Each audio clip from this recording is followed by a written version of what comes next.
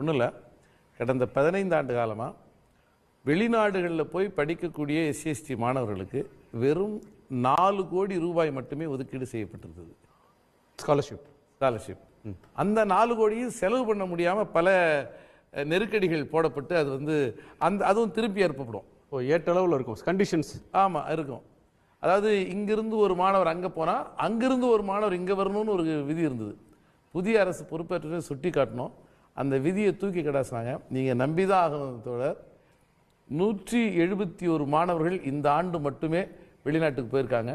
சற்றேறக்குறைய 30 கோடிக்கு மேலே செலவாயிருக்கு.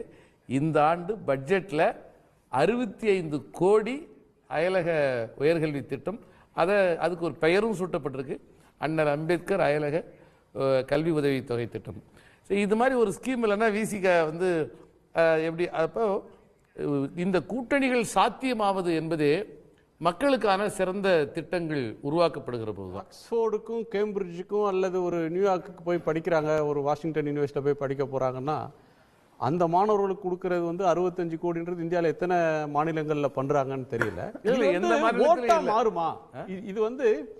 ஒரு உலகம் முழுக்க போய் உயர்கல்வி நிறுவனங்களில் தரமான விஷயங்களை படிச்சுட்டு வாங்கன்னு ஒரு மாணவருக்கு 36 லட்சம். நான் 171 மாணவருடைய பெயரையும் பட்டியலையும் எந்த யூனிவர்சிட்டியில் படிக்கிறாங்கிறதையும் நான் சொல்கிறேன். இது என்ன? இது முதல்ல திமுக என்ன இது பிரபகண்டா கூட படலை. நான் தான் சொல்லிக்கிட்டு இருக்கிறேன் இப்படி. ஏன்னா நான் ஒன்றும் இல்லை, சமூக நல்லிணக்கத்தை பாதுகாக்கக்கூடிய ஒரு கிராமத்துக்கு ஆண்டொன்றுக்கு 10 லட்ச ரூபா கொடுக்கலான்னு ஒரு 15 வருஷத்துக்கு முன்னாடி கலைஞர் காலத்தில் உருவாக்கப்பட்ட ஒரு ஸ்கீம் அப்படியே அது எதுவுமே அப்டேட் ஆகவே இல்லை. இன்னைக்கு 10 லட்சம் ரூபாயில் நீங்கள் ஒரு சின்ன நியாய விலை கடையை கூட கட்ட முடியாது, ஒரு குடிநீர் தொட்டியை கூட கட்ட முடியாது. முதல்வர்கிட்ட சொன்னோம், ஆனால் நீங்கள் சமூக நல்லிணக்கத்தை ஒரு கிராமம் பாதுகாக்குது, அதுக்கு அரசு ஏதோ ஒரு ஸ்பெஷலாக பண்ணியிருக்காங்கன்னா பக்கத்தில் இருக்கிற கிராமம்லாம் பார்க்கணும் அப்படின்ற மாதிரி ஒரு விசிபிளாக எதனா பண்ணுங்கன்னு 10 மடங்கு அது கூட்டப்பட்டு 10 லட்ச ரூபாய்ங்கிறது ஒரே ஸ்டோக்கில் 1 கோடி ரூபாய்.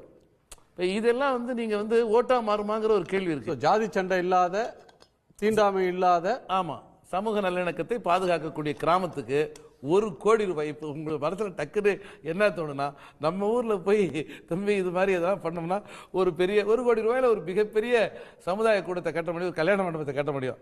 நீங்கள் யாரும் போய் வெளியில் போய் இன்றைக்கி கல்யாண மண்டபம்னா 1 லட்ச ரூபா இல்லாமல் எந்த கல்யாண மண்டபத்துக்கு வாடகை இருக்குன்னு. அப்போது இது எல்லாம் ஒரு 2 விஷயம் இருக்குது. ஒன்று, தேர்தலை ஒரு அரசியல் கட்சி கணக்கில் எடுத்துக்கொள்வதில் எந்த தவறும் இருக்க முடியாது. தேர்தல்ங்கிறது என்ன? மக்களை கன்வின்ஸ் பண்ணுறது தான். மக்களை எஜுகேட் பண்ணி கன்வின்ஸ் பண்ணணும், அதுதான் மிக முக்கியமானது. மக்களை எஜுகேட் பண்ணாமலே வச்சுக்கிட்டு அவங்களை கன்வின்ஸ் பண்ணுறதுங்கிறது ஒரு விதம். ஆனால்